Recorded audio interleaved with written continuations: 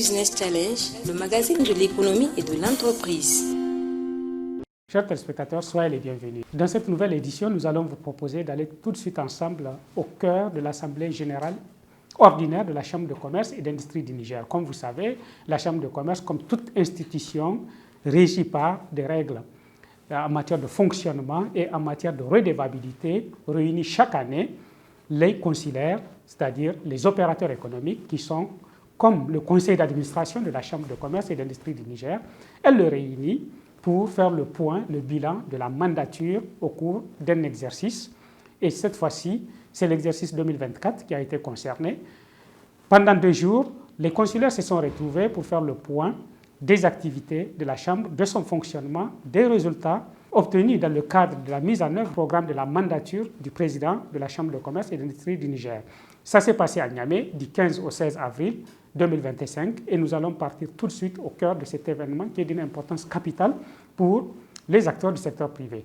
Capitale aussi parce qu'en marge de cette assemblée, il y a eu aussi la signature de la charte des PME du Niger. Cette charte est un document qui était en travail depuis près de 10 ans ou même un peu plus et qui a vu son aboutissement à travers sa signature lors de l'Assemblée générale ordinaire 2025 de la Chambre de commerce et d'industrie du Niger. Soyez avec nous dans le grand document que nous allons consacrer à cet événement. À tout de suite.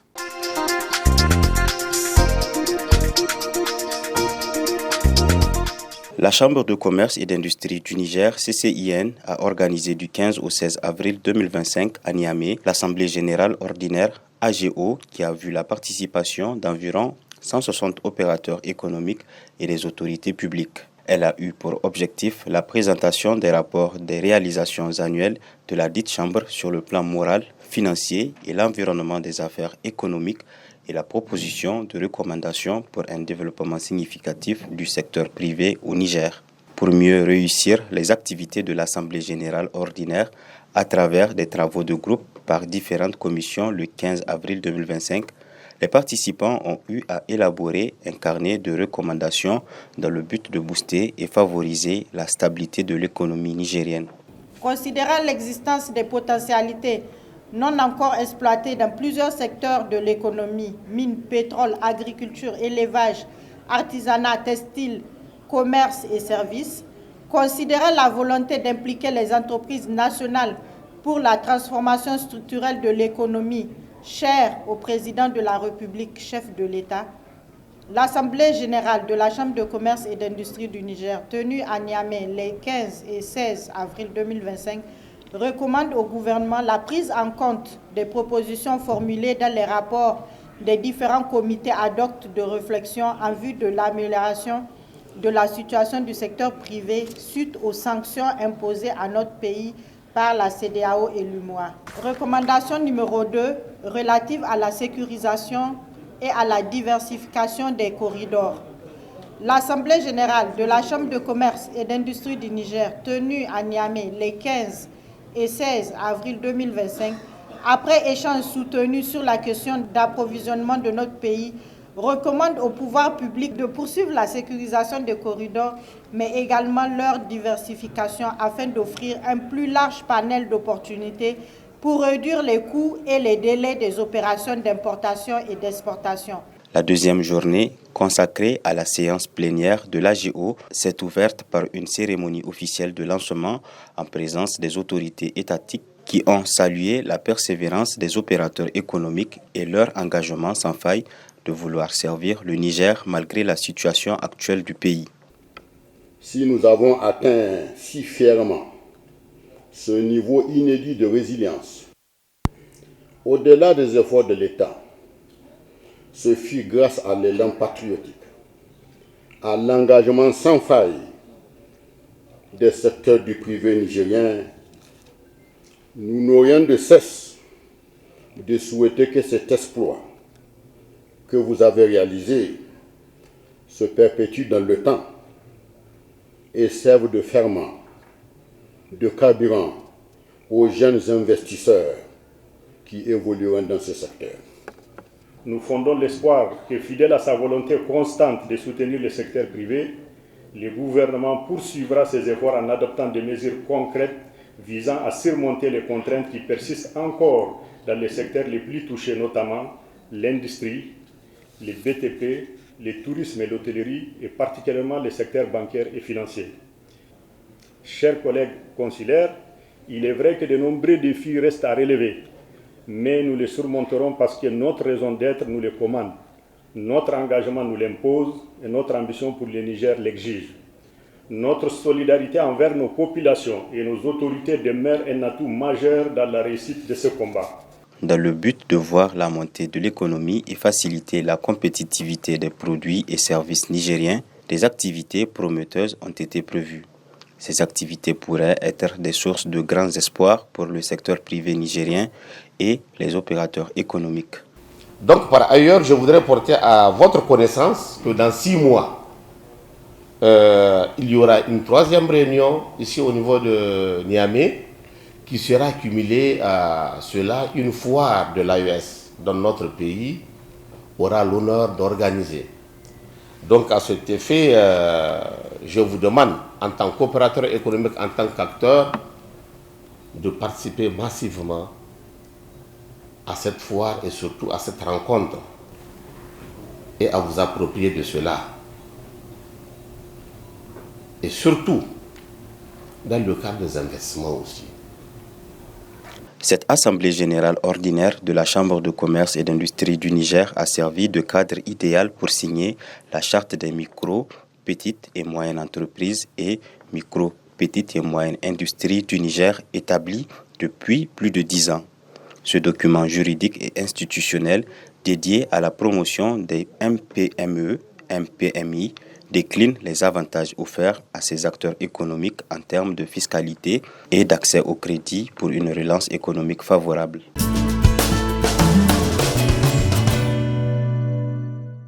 Après cela, les activités prévues ont repris leur rythme, chose qui a permis de faire une présentation transparente des rapports des activités annuelles de la Chambre de commerce et d'industrie du Niger sur les volets moral, financier, etc. Plusieurs actions ont été menées portant sur la tenue régulière des réunions des instances et le renforcement des capacités des élus consulaires. Signature de l'accord cadre de coopération entre la CCN et le FSA dans le cadre de la promotion des opportunités offertes par le FSA aux entreprises nigériennes. L'organisation d'une réunion d'échange des ministres en charge de l'industrie et du commerce et le secteur privé de la Confédération des États du Sahel, AES, sur les échanges commerciaux et la transformation industrielle.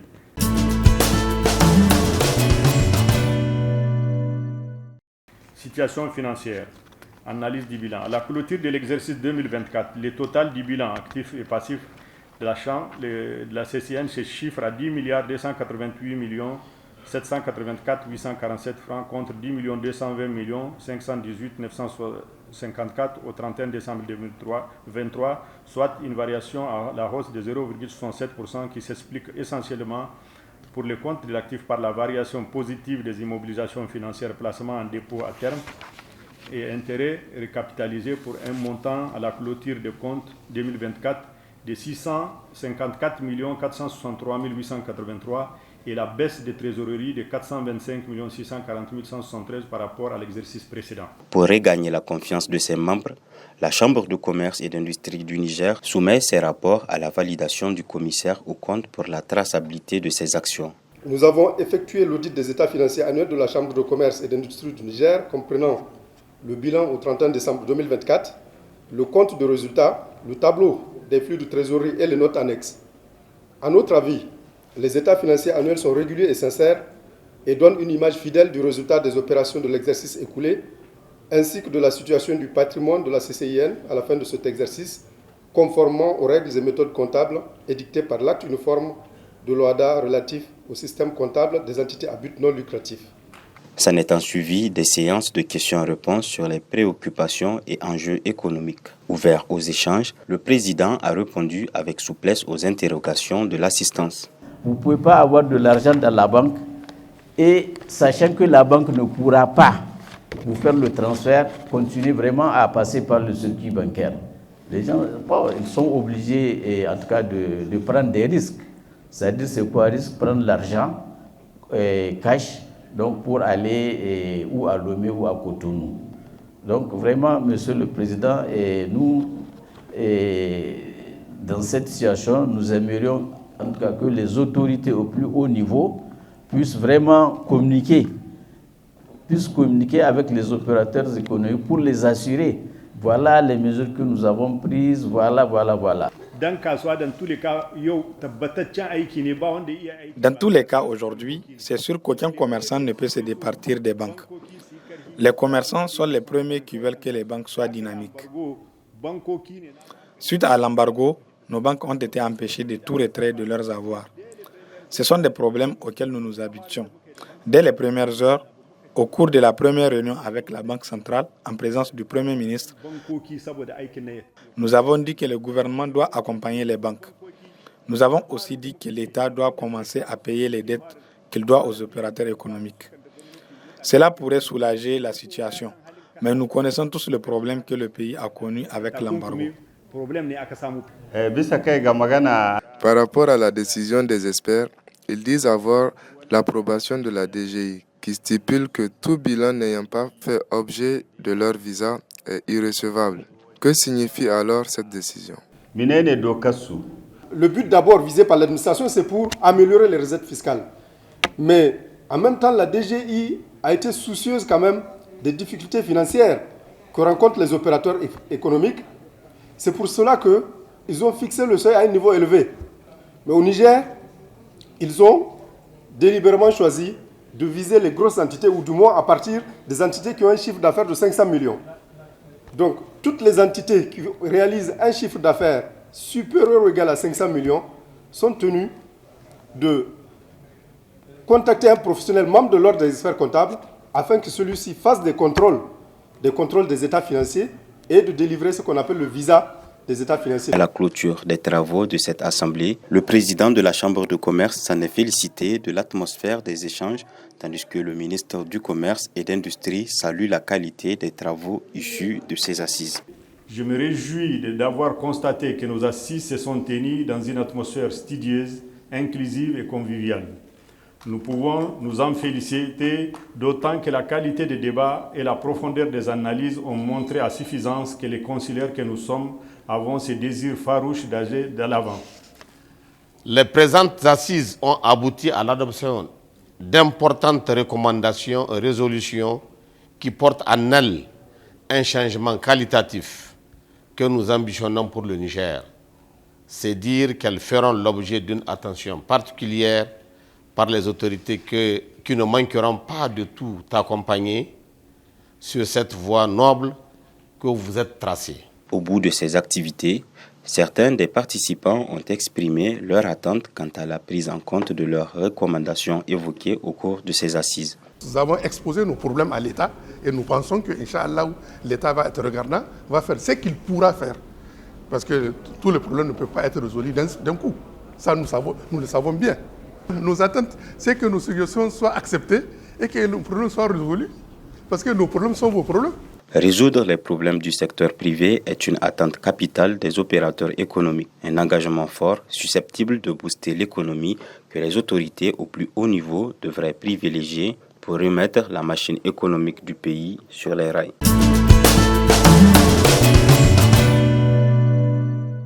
Dans la deuxième partie de Business Challenge, nous allons vous proposer une activité de l'Ordre national des experts comptables en partenariat avec la Direction générale des impôts. Cette fois-ci, il s'agit de la certification des états financiers des entreprises.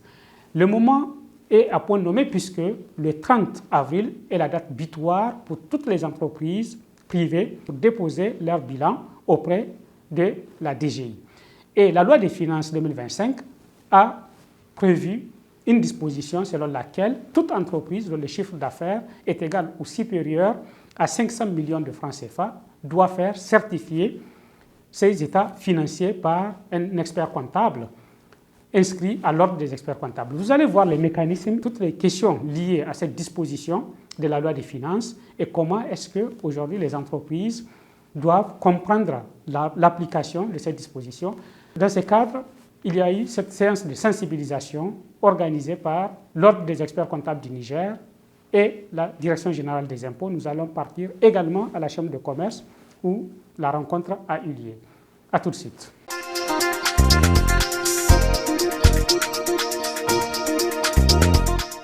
Le comité chargé du suivi de visa des États financiers, instauré par la Direction générale des impôts, en partenariat avec l'Ordre national des experts comptables et comptables agréés du Niger, ONECA Niger, a organisé un atelier de sensibilisation le mercredi 23 avril 2025 à Niamey.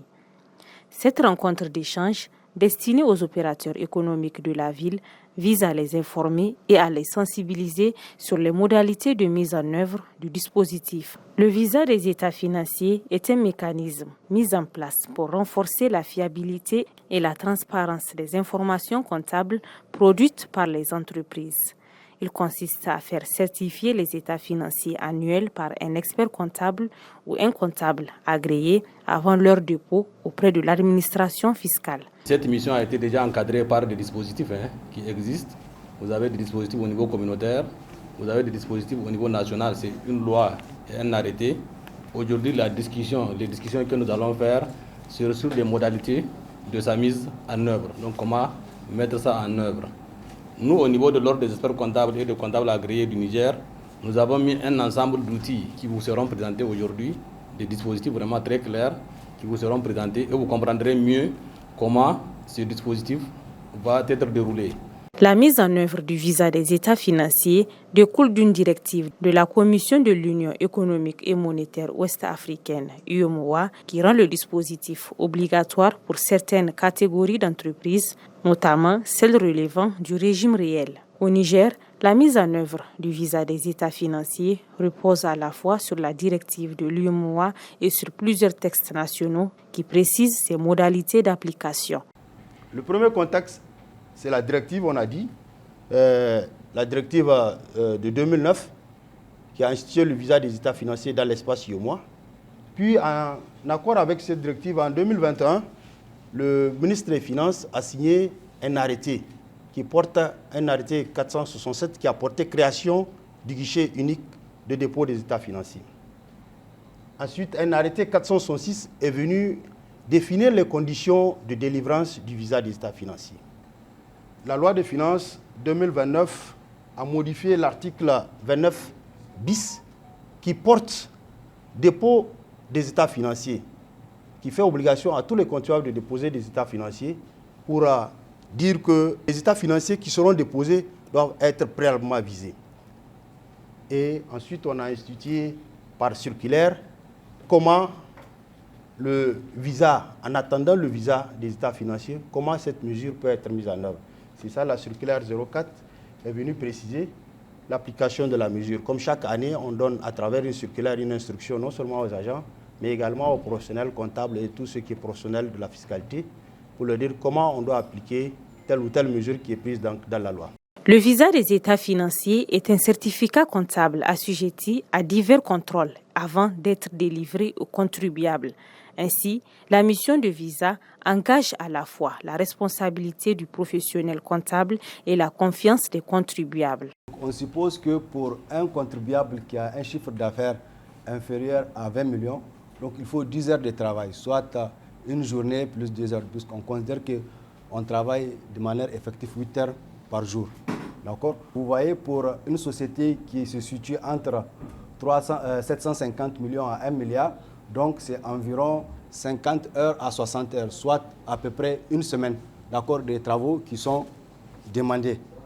D'accord, il y aura un contrôle qualité, d'accord, qui va être mené par le comité de suivi et également par l'ordre des experts comptables pour s'assurer que les travaux ont été réalisés avant de délivrer le visa.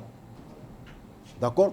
Donc, c'est une réforme qui est contraignante pour les opérateurs économiques parce que on va vous demander plus, d'accord, des pièces de justifier, etc. Et également, on va vous demander un effort financier qui est là. Sur la mission de visa, donc 5 caractéristiques sont demandées. D'accord? Vous avez l'unicité, vous avez la cohérence, la vraisemblance, vous avez la comparabilité et l'homogénéité. Plusieurs éléments ont motivé la création du guichet unique des états financiers GUDEF. L'arrêté 467 et c'est parti d'un constat. Et non seulement on doit transposer la directive, qu'on n'a pas fait, mais également il y a une multiplicité des états financiers. Il y a des états financiers pour la DGI, il y a des états financiers pour les banques, il y a des états financiers pour les investisseurs, il y a des états financiers également pour la société, les actionnaires, qui sont peut-être plus ou moins sincères. Donc les gens, ceux qui déposent à la DGI, c'est ceux qu'ils veulent bien déposer, les informations qu'ils veulent que la DGI connaisse. Et au niveau de la banque, il y a d'autres informations. Donc en créant le guichet unique de dépôt des états financiers, c'est le contribuable dépose tout leur bilan à ce seul point de dépôt et qui se charge de répartir donc les états financiers entre les différents partenaires qui doivent recevoir les états financiers. Donc la Banque centrale va recevoir les états financiers, la DGI va recevoir ces états financiers, et l'INS va recevoir, et la justice au besoin. Et tout le monde va avoir. Comme cela, on a une seule information. Il n'y aura plus de multiplicité d'informations. La lettre d'acceptation de la mission est un contrat qui formalise l'accord entre le professionnel comptable et le contribuable sur les conditions d'exécution de la mission. Une mesure flexible soutenue par la Direction générale des impôts pour permettre aux contribuables d'être en règle dans un délai très précis. La lettre d'acceptation de mission, c'est-à-dire ça vous permettra, vous en tant que contribuable aujourd'hui, de pouvoir faire vos obligations fiscales au niveau de l'administration fiscale. Il n'est pas dit que forcément, il faut avoir le visa pour pouvoir déposer. Certes, c'est vrai, c'est la condition, il y a l'obligation de certification. Mais compte tenu des facteurs dont nous tous nous savons, la première expérience, elle est toujours difficile. Est-ce que vous voyez? Vous conviendrez avec nous. C'est pour ça que le DGI a pris une décision pour dire que dès lors que le contribuable amène la lettre d'acceptation de mission, ça veut dire que le contrat qui le lie avec l'expert comptable, il n'y a pas de problème. S'agissant de ces obligations fiscales, nous, en tant qu'administration fiscale, on accepte qu'il accomplisse ses obligations fiscales. Est-ce que vous voyez? Ça veut dire que c'est comme si vous êtes en règle. Vous venez au niveau des services gestionnaires, ils vont prendre tout ce qui est information nécessaire vous permettant d'accomplir vos obligations fiscales. C'est comme si ça vous donne un certain délai moratoire, le temps de finir les états financiers visés, certifiés et de venir déposer comme si vous êtes en règle. Le dispositif du visa des états financiers est en cours de vulgarisation. Des ateliers de sensibilisation comme celui-ci sont prévus à l'intérieur des régions pour expliquer le fonctionnement, présenter les obligations des entreprises et le rôle des professionnels comptables. Les séances en questions-réponses ont permis à certains opérateurs économiques de relever des lacunes dans la compréhension du visa des états financiers. Ils souhaitent approfondir leur compréhension lors des prochaines rencontres.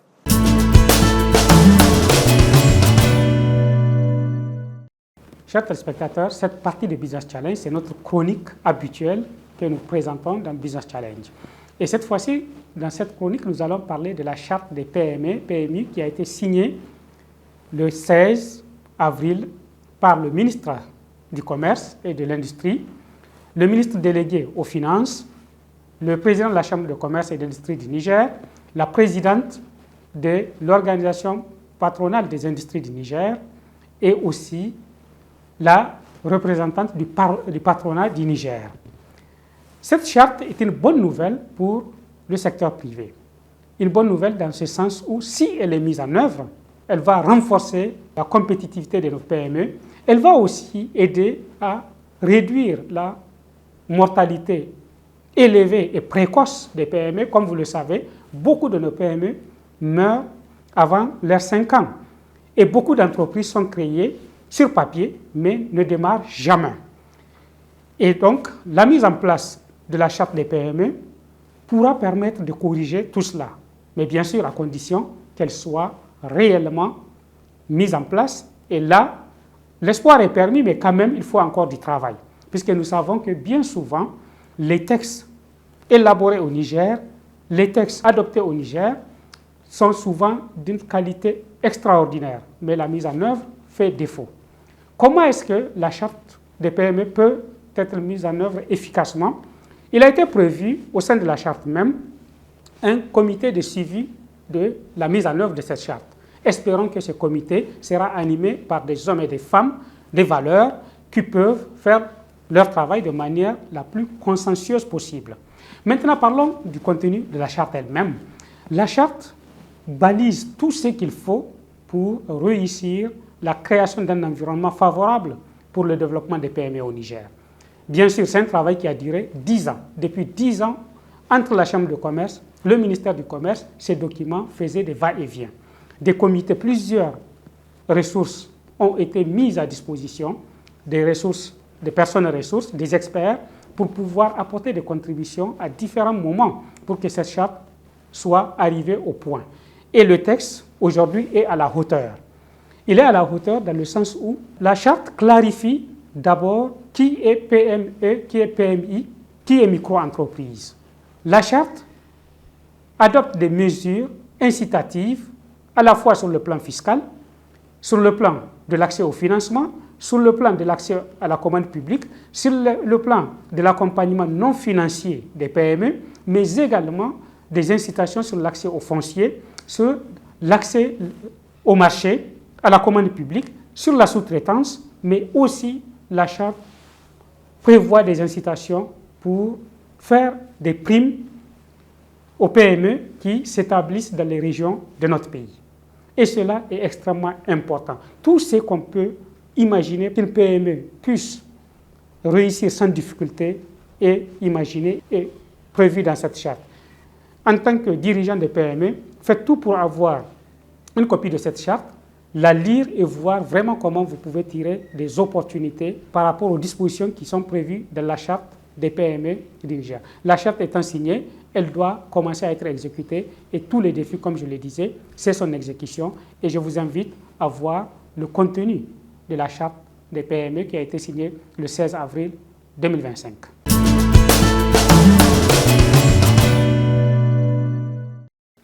Chers téléspectateurs, j'espère que vous avez agréablement suivi cette édition Business Challenge et que vous avez pris bonne note des opportunités qui sont présentées à travers l'Assemblée générale de la Chambre de commerce et d'industrie du Niger, mais également à travers les échanges entre les opérateurs économiques, les entrepreneurs et l'Ordre national des experts comptables et la DGI qui était en phase 2 pour expliquer la disposition fiscale relative au visa des états financiers des entreprises.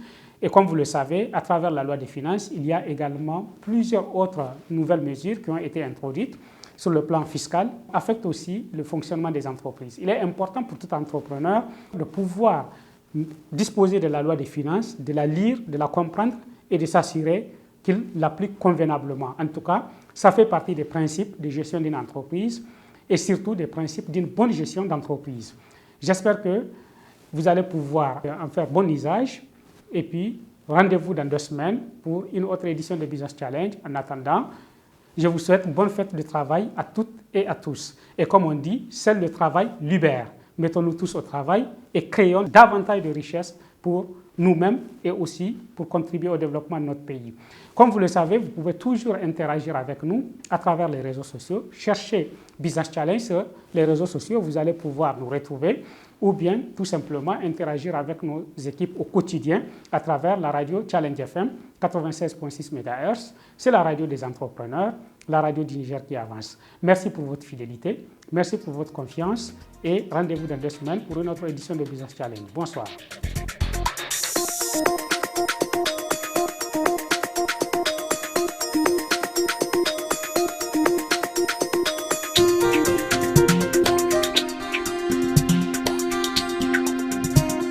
Business Challenge, le magazine de l'économie et de l'entreprise.